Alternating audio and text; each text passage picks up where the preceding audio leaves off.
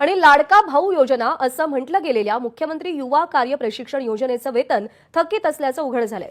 4 ते 5 महिन्यांचं प्रशिक्षण पूर्ण झालंय, मात्र वेतन 2 ते 3 महिन्यांचंच देण्यात आलंय। कमी वेतन चालेल पण वेळेत द्या अशी मागणी प्रशिक्षणार्थींनी केली आहे। मुख्यमंत्री कार्य प्रशिक्षण योजनेचा कालावधी वाढवण्याचीही मागणी करण्यात आली आहे।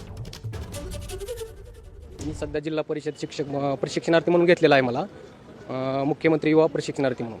तर आम्हाला 16 ऑगस्ट 2024 रोजी रुजू करण्यात आलेला आहे, परंतु आमचं 1च महिन्याचं पेमेंट झालेलं आहे। तर शासनाकडे आमची एवढीच अपेक्षा आहे की आमचं पेमेंट जे आहे ते लवकरात लवकर त्यांनी आम्हाला देण्यात यावं। आम्ही युवा प्रशिक्षणार्थी मुख्यमंत्री योजनेतून शिक्षक या पदावर कार्यरत आहे इथं धाराशिवमध्येच। गेली 3-4 महिने झाला आम्ही काम करतो, पण आम्हाला 1.5 महिन्याचाच पगार मिळाला आहे। शासनाने जी पगार दिली ती थोडी आहे, पण ती तरी वेळेवर द्यावी अशी आशा आहे आमची।